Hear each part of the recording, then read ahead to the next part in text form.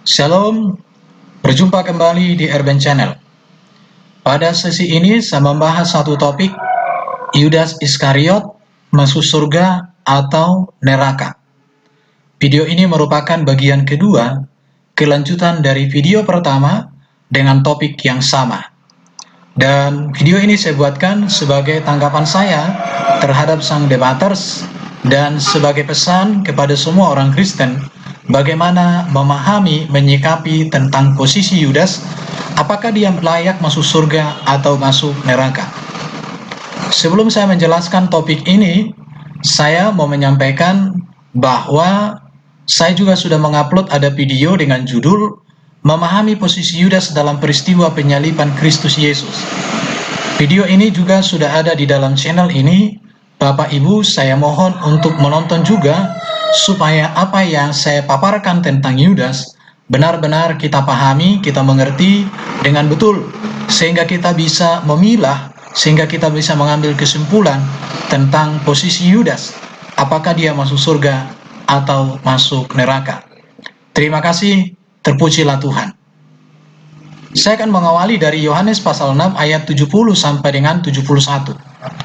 Di sana dituliskan, jawab Yesus kepada mereka, bukankah aku sendiri yang telah memilih kamu yang 12 ini? Namun seorang di antaramu adalah iblis. Yang dimaksudkannya ialah Yudas, anak Simon Iskariot, sebab dialah yang akan menyerahkan Yesus. Dia seorang di antara ke-12 murid itu. Dari data ini kita melihat bahwa Yesus sendirilah yang memilih murid-murid yang 12. Namun Yesus mengatakan bahwa dari antara 12 ini ada seorang yang disebut sebagai iblis, dan jelas dikatakan itulah Yudas. Tetapi jika kita memahami Yohanes pasal 6 ayat 70-71, kita juga perlu membaca di dalam Yohanes 6 ayat 66, di mana dikatakan Yohanes 6 ayat 66 bahwa pada waktu itu ada banyak murid-murid yang mengundurkan diri dan tidak lagi mengikut Yesus.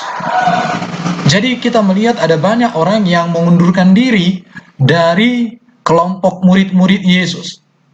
Pertanyaannya adalah, apa penyebab banyak murid-murid mundur atau mengundurkan diri? Kalau kita membaca Yohanes pasal 6 ayat 25 sampai 58 dan ayat 60, maka di sana kita menemukan kenapa banyak orang mengundurkan diri sebagai murid. Artinya di sini bahwa Yesus memberikan pengajaran atau teguran yang keras. Saya singkatkan kalimatnya dengan kalimat yang ringkas. Bapak Ibu, saya membaca Yohanes pasal 6 ayat 25 sampai 58 dan ayat 60. Kamu ikut aku karena makanan, bukan karena mau bersedia bersekutu dalam penderitaanku. Inilah kalimat ringkas di dalam ayat ini yang saya ambil dari ayat ini. Jadi Yesus menegur orang yang banyak, yang termasuk juga disebut murid itu, dan teguran Yesus itu keras, sehingga banyak orang mengundurkan diri, tidak sanggup untuk mengikut Yesus menjadi guru mereka. Dari sini saya melihat sebenarnya bahwa Yudas sebenarnya sama dengan kelompok orang banyak yang mengundurkan diri. Hanya ia bertahan karena ia sudah punya visi iblis dalam dirinya. Itulah sebabnya Yesus berkata bahwa Yudas bukan hanya kemasukan iblis, tetapi ia sudah menjadi sama dengan iblis. Makanya di sini dikatakan seorang di antaramu adalah iblis. Saya mau mengatakan ini sebenarnya sebuah teguran kepada Yudas. Yudas, mengapa engkau tidak mengundurkan diri bersama-sama dengan mereka? Kenapa? Karena banyak murid-murid yang sudah mengundurkan diri, dan mereka mengundurkan diri karena ditegur dengan keras, kamu mengikut aku karena makanan, bukan karena kamu bersedia bersekutu dalam penderitaanku. Dan di video saya yang pertama tentang Yudas masuk surga, masuk neraka, kita melihat bahwa Yudas ini seumur hidupnya tidak pernah berpikir tentang bagaimana Yesus dimuliakan. Tetapi dia banyak berpikir tentang uang, bahkan mencuri, dan karakternya sangat-sangat tidak terpuji. Silakan ditonton di video saya yang pertama. Jadi saya katakan di sini Yudas tidak mengundurkan diri. Dan Yesus mengatakan, namun seorang di antaramu adalah iblis. Ini sebenarnya teguran yang sangat keras kepada Yudas. Tetapi Yudas tidak sadar. Kenapa? Karena dia iblis. Visi iblis sudah berkuasa di dalam hatinya, di dalam hidupnya. Sekarang saya akan lanjut di dalam Yohanes 13 ayat 10 dan 11. Dikatakan oleh Yesus, kata Yesus kepadanya, barang siapa telah mandi, ia tidak usah membasuh dirinya lagi, selain membasuh kakinya, karena ia sudah bersih seluruhnya. Juga kamu sudah bersih, hanya tidak semua. Sebab Yesus tahu siapa yang akan menyerahkan dia. Bagaimana kita memahami ayat Yohanes 13 ayat 10 sampai dengan ayat 11, di mana ada Yesus berkata, kamu sudah bersih, hanya tidak semua. Saya sudah menyampaikan tadi bahwa di dalam Yohanes pasal 6 ayat 66 dikatakan, banyak murid yang tidak beres hatinya, serta tidak mau membereskan dirinya, mengundurkan diri. Namun belum semua mengundurkan diri pada Yohanes pasal 6 ayat 66. Masih ada satu orang tersisa, itulah Yudas. Jadi di dalam Yohanes pasal 6 ayat 66, banyak murid-murid yang tidak beres hatinya dan tidak mau membereskan dirinya. Mereka semua mengundurkan diri karena mereka tidak sanggup menerima pengajaran Yesus. Tetapi Yudas tidak mau mengundurkan diri. Mengapa? Karena Yudas punya visi sendiri di mana dia sudah bersatu dengan iblis. Masih ada satu orang tersisa, itulah Yudas. Itulah sebabnya Yesus berkata, kamu sudah bersih, hanya tidak semua. Artinya di sini Yesus memberikan kesempatan juga untuk Yudas membersihkan dirinya, sama seperti 11 murid yang lain. Tetapi Yudas tidak sadar. Tetapi hati Yudas tetap buta. Makanya Yesus berkata, kamu sudah bersih, hanya tidak semua. Artinya satu orang masih ada yang tidak mau membersihkan dirinya. Dan itu julus Yudas. Tapi Yudas di sini tetap mengeraskan hati. Yudas di sini tetap tidak membuka hati karena dia sudah bersekutu dengan iblis. Pertanyaannya adalah, apakah orang yang model Yudas yang jelas-jelas dikatakan Yesus tidak bersih dapat masuk surga? Ini berbicara tentang ayat-ayat yang berkaitan dengan Yudas. Saya akan buktikan lagi di ayat-ayat berikutnya tentang siapa Yudas ini. Jadi, sangat jelas siapa Yudas ini. Yohanes 13 ayat 18 dan 19. Dikatakan oleh Yesus lagi, bukan tentang kamu semua aku berkata. Aku tahu siapa yang telah kupilih. Tetapi haruslah genap nas ini. Orang yang makan rotiku telah mengangkat tumiknya terhadap aku. Aku mengatakannya kepadamu sekarang juga sebelum hal itu terjadi, supaya jika hal itu terjadi, kamu percaya bahwa akulah dia. Saya review sedikit. Di dalam Yohanes pasal 6 ayat 25 sampai 66, Yesus sudah memberikan teguran keras. Tetapi Yudas tidak sadar. Tetapi banyak yang seperti Yudas sudah terlebih dahulu mengundurkan diri.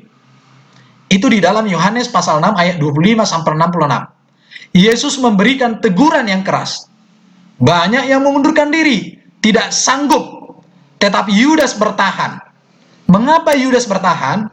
Karena dia punya visi iblis dalam dirinya. Kita melihat di dalam Yohanes pasal 12 ayat 4 sampai 5. Di sini juga Yudas dapat teguran yang keras. Kenapa? Karena Yudas memprovokasi para murid untuk menentang Yesus atas perbuatan seorang wanita yang mengurapinya sebagai persiapan hari pengorbanannya. Jadi kalau kita melihat di sini bahwa Yudas ini sangat-sangat tidak mengenal Yesus dalam hidupnya. Dan di dalam Yohanes 12 ayat 4 sampai 5 ini, Yudas tidak sadar. Karena waktu itu ketika ada seorang wanita mencurahkan minyak yang harum yang mahal, Yudas katakan, kenapa ini dibuang-buang? Mengapa tidak kita kasih untuk orang miskin? Padahal itu harus terjadi sebagai persiapan hari penguburan Kristus. Maka di dalam Yohanes 6 ayat 25 sampai 66, Yesus sudah berkata, kamu mengikut aku karena makanan, karena makanan, bukan karena kamu siap untuk menderita. Dan di dalam pasal 12, Yudas membuktikan bahwa dia juga mengikuti Yesus hanya karena perkara-perkara dunia, bukan karena dia siap masuk ke dalam penderitaan Yesus. Dan di dalam Yohanes pasal 13 ayat 10 sampai dengan 11, di sini juga kembali kita melihat bahwa Yudas dapat teguran dari Yesus. Tetapi di dalam ayat ini juga dikatakan bahwa Yudas tidak sadar. Saya akan tunjukkan Yohanes 13 ayat 10 sampai 11 dikatakan, kamu sudah bersih, hanya tidak semua. Jadi Yesus sudah menunjuk sebenarnya, Yudas, kamu harus dibersihkan. Tapi Yudas tidak sadar. Dan di dalam Yohanes pasal 13 ayat 18 sampai 19 dikatakan, Yesus tidak menegur Yudas lagi, tetapi memberitahukan bahwa Yudas sudah bulatkan hati untuk menentang Yesus. Sehingga Yesus berkata, Yudas mengangkat tumitnya terhadap Yesus. Dari sini muncul pertanyaan, orang yang mengangkat tumitnya terhadap Yesus, apakah layak disebut sebagai murid Yesus? Apakah sang debater berani mengatakan bahwa Yudas ini masih murid Yesus? Murid artinya orang yang setia dan mengabdi kepada seorang guru. Tetapi di sini kita melihat Yudas mengangkat tumitnya kepada Yesus. Apakah dia seorang murid? Saya katakan dia bukan seorang murid, tapi seorang murid sebagai penampilan, sebagai komunitas, tetapi hatinya hati iblis. Karena Yesus selalu berkata, dia adalah iblis. Pertanyaannya adalah, apakah seorang yang mengangkat tumitnya terhadap Yesus layak masuk surga? Ini baru Yohanes 13 ayat 18-19. Mari kita renungkan. Kita melihat di sini 3 kali Yudas mendapatkan teguran dari Yesus. Tetapi Yudas tidak sadar. Di keempat kalinya Yesus tidak menegur lagi, tetapi sudah melihat kebulatan hatinya. Dan dia sudah melihat bahwa Yudas sedang mengangkat tumitnya untuk menentang Yesus. Apakah orang yang mengangkat tumit terhadap Yesus layak disebut sebagai murid? Apakah orang yang model Yudas ini layak masuk surga? Jawab sendirilah. Oke, saya tunjukkan ayat berikut. Kita melihat di dalam Yohanes 6 ayat 25 sampai 66, Yesus sudah berikan teguran keras, tetapi Yudas tidak sadar. Padahal sudah banyak yang mengundurkan diri karena teguran Yesus yang begitu keras tersebut. Tapi Yudas ini memang sudah benar-benar mengeraskan hati. Yohanes 12 ayat 4-5, Yudas dapat teguran karena memprovokasi murid untuk menentang Yesus atas perbuatan seorang wanita yang mengurapinya. Tetapi kembali, Yudas tidak sadar. Yohanes pasal 13 ayat 10-11, Yudas kembali dapat teguran dari Yesus, namun tidak sadar. Dan di dalam Yohanes 13 ayat 18-19, Yesus tidak menegur lagi, tetapi memberitahukan bahwa Yudas sudah bulatkan hatinya untuk menentang Yesus. Sehingga Yesus berkata, Yudas mengangkat tumitnya terhadap Yesus. Penulis Injil Yohanes memberikan data yang cukup tentang Yudas mendapat teguran. 3 teguran tentu sudah cukup mewakili kebenaran bahwa Yudas sejak semula tidak pernah menjadi murid. Petrus ditegur oleh Yesus, nanti akan saya tunjukkan ayatnya. Tetapi teguran membawa pertobatan. Tetapi di dalam 3 ayat yang ditampilkan oleh Yohanes tentang teguran kepada Yudas, tidak ada satu ayat pun yang berbicara ada pertobatan, ada kesadaran Yudas. 3 teguran tentu sudah cukup mewakili kebenaran bahwa Yudas sejak semula tidak pernah menjadi murid yang benar. Tapi itu hanya menjadi murid secara komunitas. Tetapi secara hati, iman, pengenalan sangat jauh sekali. Jadi dari sini kita melihat sebagai perbandingan, Yesus membuat banyak mujizat. Namun hanya 7 yang ditulis oleh penulis Injil Yohanes. Karena 7 mujizat itu telah mewakili tentang begitu banyak mujizat yang dibuat oleh Yesus. Ini sebagai perbandingan. Kalau kita membaca Injil Matius, Markus, Lukas, maka kita akan menemukan di sana 30 lebih mujizat. Bahkan di dalam Yohanes dikatakan begitu banyak mujizat yang dibuat Yesus, tetapi hanya 7 yang dituliskan oleh Yohanes. Kenapa? Karena 7 ini sudah cukup mewakili tentang kehebatan Yesus. Dan saya mau katakan, teguran kepada Yudas bisa saja lebih dari 3 kali. Bisa saja lebih dari 3 kali. Tetapi 3 kali teguran yang keras yang diberikan oleh Yesus ini sudah membuktikan bahwa Yudas ini sejak awal adalah seorang yang tidak beres sebagai seorang murid. Seharusnya dia harus mengundurkan diri pada teguran yang pertama di dalam Yohanes pasal 6 ayat 22 sampai 66. Seharusnya dia sudah mundur di sana. Tapi karena memang dia sudah dirasuk oleh iblis, bahkan dia iblis itu sendiri, maka dia tidak mengundurkan diri. Oke, saya lanjutkan tentang pembahasan ini. Yohanes 16 ayat 26 sampai 27. Jawab Yesus, "Dialah itu yang kepadanya aku akan memberikan roti, sesudah aku mencelupkannya." Sesudah berkata demikian, ia mengambil roti, mencelupkannya dan memberikannya kepada Yudas, anak Simon Iskariot. Dan sesudah Yudas menerima roti itu, ia kerasukan iblis. Maka Yesus berkata kepadanya, "Apa yang hendak kamu perbuat, perbuatlah dengan segera."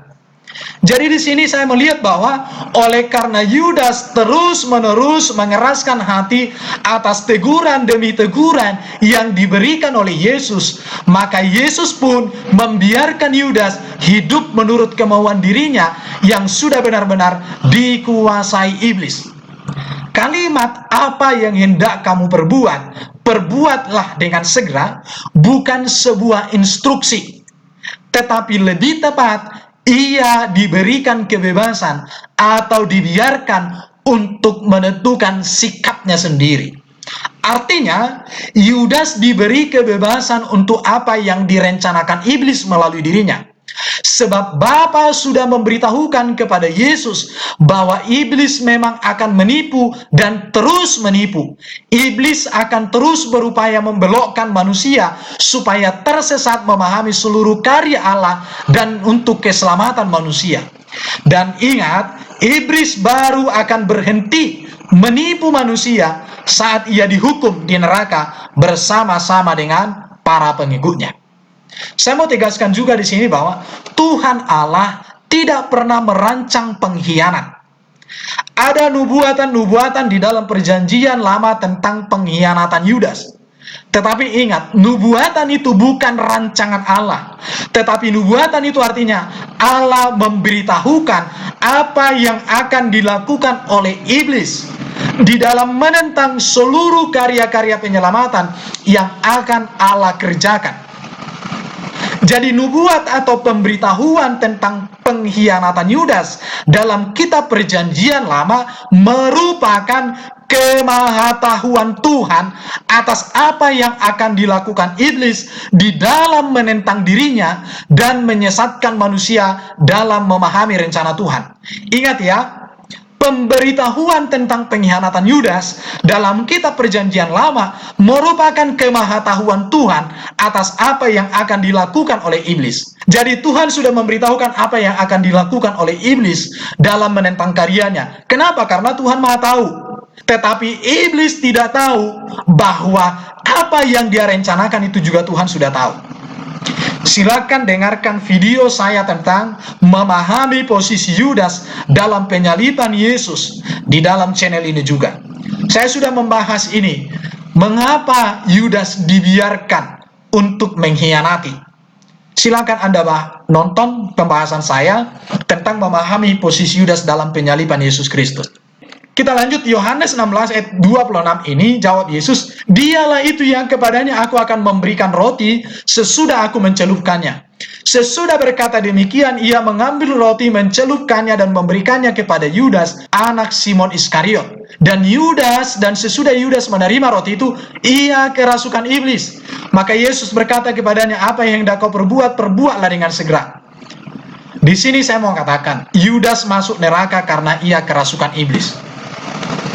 Tetapi ada orang bertanya, bagaimana dengan Petrus? Bukankah Petrus pernah dihardik Yesus sebagai iblis? Jadi saya katakan Yudas masuk neraka karena dia kerasukan iblis. Loh, bagaimana dengan Petrus? Bukankah Petrus pernah dihardik Yesus sebagai iblis? Mari kita lihat Matius 16 ayat 23-25. Maka Yesus berpaling dan berkata kepada Petrus, "Enyahlah iblis, engkau suatu batu sandungan bagiku, sebab engkau bukan memikirkan apa yang dipikirkan Allah, melainkan apa yang dipikirkan manusia." Lalu Yesus berkata kepada murid-muridnya, "Setiap orang yang mau mengikut aku, ia harus menyangkal dirinya, memikul salibnya dan mengikut aku. Karena barang siapa mau menyelamatkan nyawanya, ia akan kehilangan nyawanya. Tetapi barang siapa kehilangan nyawanya karena aku, ia akan memperolehnya." Perhatikan, teguran Yesus terhadap Petrus beda dengan teguran Yesus terhadap Yudas. Apa perbedaannya? Petrus ketika ditegur oleh Yesus, "Enyahlah iblis," Petrus segera sadar saat ditegur. Tetapi kalau kita melihat tadi teguran, ada 3 kali Yesus menegur dengan keras. Bahkan dalam keyakinan saya lebih dari situ. 3 itu sudah cukup menurut penulis Injil Yohanes. Tapi kalau ditulis harusnya banyak. Tetapi Yudas tidak. Baru kalau kita melihat lagi di sini, Petrus memiliki pikiran manusia. Sebab dikatakan di dalam ayat ini, melainkan apa yang dipikirkan manusia, engkau tidak memikirkan pikiran Allah. Bedanya dengan Yudas, Yudas memiliki pikiran iblis. Di sini lagi ya. Baru kalau kita melihat di dalam ayat ini berikutnya, Petrus mampu menyangkal diri. Petrus memikul salib. Petrus terus mengikut Yesus sampai Petrus mati disalibkan terbalik. Sedangkan Yudas mati sebelum Yesus mati di kayu salib, dan matinya mati bunuh diri. Di sini. Jadi kita harus melihat ayat ini secara utuh. Petrus kerasukan iblis. Yudas juga kerasukan iblis. Tetapi bedanya, pikiran iblis, kehendak iblis berkuasa dalam diri Yudas, dalam diri Petrus tidak. Tetapi masih pikiran manusia. Jadi ada perbedaan. Alkitab memberikan data yang sangat jelas. Jadi kalau sang debater menyamakan Petrus dengan Yudas kerasukan iblis, pahami ayat ini secara utuh. Jangan sepenggal. Bila penting kau gali bahasa Yunaninya, supaya makin mengerti, makin mantap. Di situ. Oke, saya akan lanjutkan. Yohanes 16 ayat 26-27 dikatakan, saya baca lagi. Jawab Yesus, "Dialah itu yang kepadanya aku memberikan roti, sesudah aku mencelupkannya." Sesudah berkata demikian, Yesus mengambil roti, mencelupkannya dan memberikannya kepada Yudas anak Simon Iskariot. Dan sesudah Yudas menerima roti itu kerasukan iblis, maka Yesus berkata kepadanya, "Apa yang hendak ku perbuat, kau perbuat, perbuatlah dengan segera." Mengapa Yesus tidak mengusir iblis itu dari Yudas? Kalau Petrus tadi, ketika dia ingin membuat sesuatu yang salah, langsung dikatakan Yesus, "Enyala iblis," sudah bertobat dia. Tetapi di dalam ayat ini, mengapa Yesus tidak mengusir iblis itu? Mengapa Yesus tidak mengusir iblis dari Yudas? Seperti Petrus. Ingat ya, Yudas sudah berulang-ulang abai terhadap teguran. Di dalam ayat tadi saya tunjukkan 3 kali apa Yudas ditegur oleh Yesus secara keras. Bahkan banyak sudah orang mundur, tapi Yudas tidak sadar. Bandal dia. Jadi Yudas berulang-ulang abai, tidak menghiraukan, mengeraskan hati, mengeraskan telinga terhadap teguran. Maka saya mau katakan hal ini ada kaitan dengan Firaun.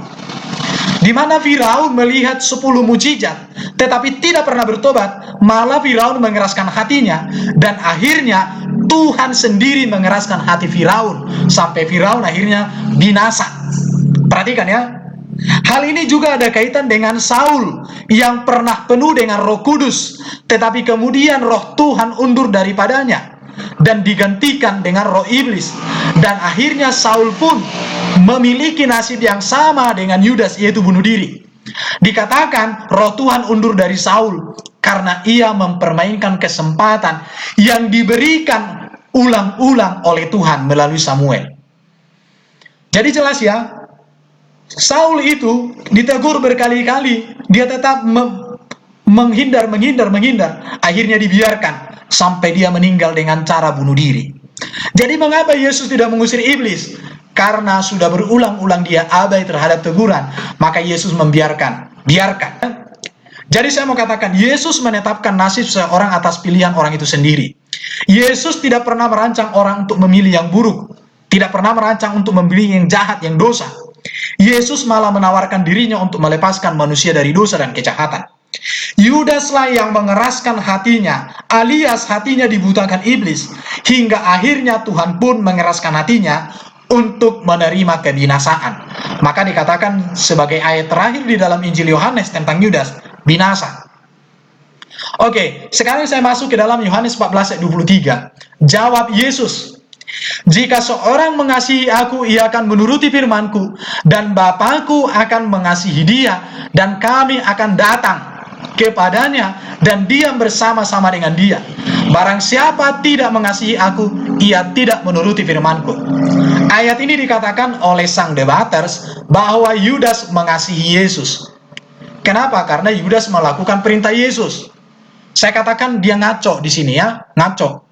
Pertanyaannya, apakah Yudas mengasihi Yesus? Apa sih arti kasih? Yesus mengatakan, seorang yang mengasihi seorang sahabat mampu memberikan nyawanya bagi sahabat-sahabatnya. Perhatikan, Yesus memberikan nyawanya kepada murid-muridnya.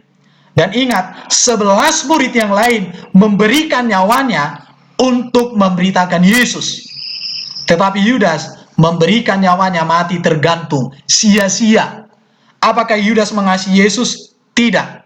Yudas mengkhianati Yesus. Saya mau katakan, pertanyaannya, apakah Yudas menuruti firman Yesus dan firman Bapanya Yesus? Tidak.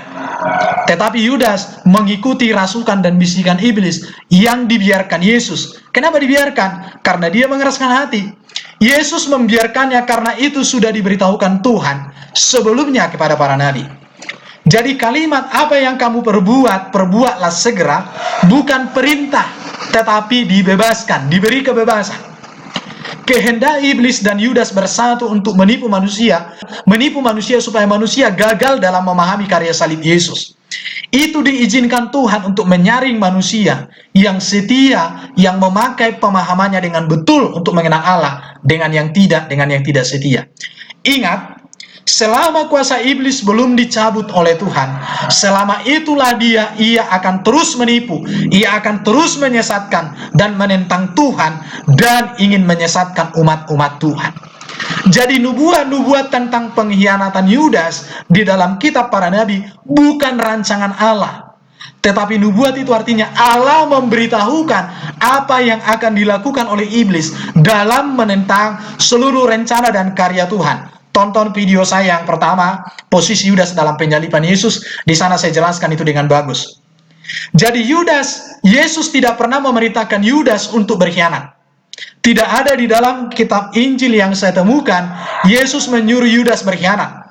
Tetapi Yesus membiarkan Yudas berkhianat setelah ia abai berulang-ulang terhadap teguran demi teguran yang diberikan oleh Yesus. Oke. Yang berikut pertanyaan dari Yohanes 14:23. Apakah Yesus dan Bapa diam bersama-sama? Atau Yesus dan Bapa diam di dalam diri Yudas? Saya katakan tidak. Tetapi yang diam di dalam diri Yudas, iblis. Bahkan Yudas bersama iblis tentu sampai matinya. Jadi di sini katakan kami akan datang kepadanya dan diam bersama-sama dengan dia. Kapan Yesus dan Bapanya diam di dalam diri Yudas? Tidak pernah. Oke, sangat jelas ya. Sekarang saya masuk ke dalam Yohanes 17 ayat 12. Dikatakan oleh Yesus lagi di sini, selama aku bersama mereka, murid-murid, aku memelihara mereka dalam namamu, yaitu namamu yang telah engkau berikan kepadaku. Aku telah menjaga mereka. Tidak ada seorang pun dari mereka yang binasa, selain daripada dia yang telah ditentukan untuk binasa. Kapan Yudas ditentukan untuk binasa? Ketika dia menetapkan hatinya untuk menentang Yesus, maka saat itulah dia ditentukan oleh binasa. Tidak ditentukan sejak dahulu, bukan. Tetapi diberitahukan bahwa akan ada iblis menipu dengan cara-cara begini dalam mengkhianati segala karya penyelamatan untuk manusia sehingga salah memahami pengorbanan Yesus. Jadi supaya genaplah yang tertulis dalam kitab suci. Genaplah yang tertulis dalam kitab suci artinya bukan Allah merancang Yudas mengkhianat, tetapi Allah memberitahukan bagaimana iblis bekerja, bagaimana iblis menipu supaya manusia gagal memahami karya penyaliban. Itu yang maksud nubuat-nubuat itu. Saya mau katakan bahwa pasal 17 ini merupakan pasal terakhir yang berbicara kebersamaan Yesus dengan murid-muridnya. dalam masa pelayanan. Sebab dalam pasal 18, Yesus sudah ditangkap, seterusnya disalibkan, mati, bangkit, dan naik surga. Tetapi dalam konteks pelayanan sebagai manusia yang belum mati, pasal 17 ini terakhir. Dalam kesempatan yang terakhir ini pun, Yudas tetap mendapat sorotan yang negatif di hadapan Yesus. Bahkan dikatakan, selain daripada dia yang telah ditentukan untuk binasa. Inilah kalimat terakhir yang disampaikan oleh Yesus tentang siapa Yudas sebelum Yesus ditangkap dan disalibkan. Karena ketika Yesus ditangkap, Yudas sudah tidak ada lagi bersama murid-murid, karena dia sudah lebih dahulu meninggalkan. Ini sudah saya sampaikan di video saya yang pertama tentang apakah Yudas masuk surga. Dan Yudas datang lagi masuk ke komunitas itu sudah bersama dengan tentara-tentara. Dalam Injil Yohanes, topik yang berkaitan dengan Yudas ini dibahas sebanyak 7 kali. Namun dalam 7 kali topik tersebut, Yudas tetap seorang yang tidak beres di hadapan Yesus. Injil Yohanes ini memiliki ciri angka 7. Ada 7 pernyataan mujizat yang dibuat oleh Yesus. Ada yang mengatakan bahwa 7 itu simbol kesempurnaan, karena orang Yahudi katanya 7 sempurna. Injil Yohanes ini memiliki ciri angka 7. Itu berarti tidak ada lagi keraguan bahwa Yudas memang binasa, sebagaimana kata terakhir yang dipakai oleh Yesus kepada Yudas adalah binasa. Lihat Yohanes 6 ayat 25-66, ada teguran kepada Yudas, Yudas tidak bertobat.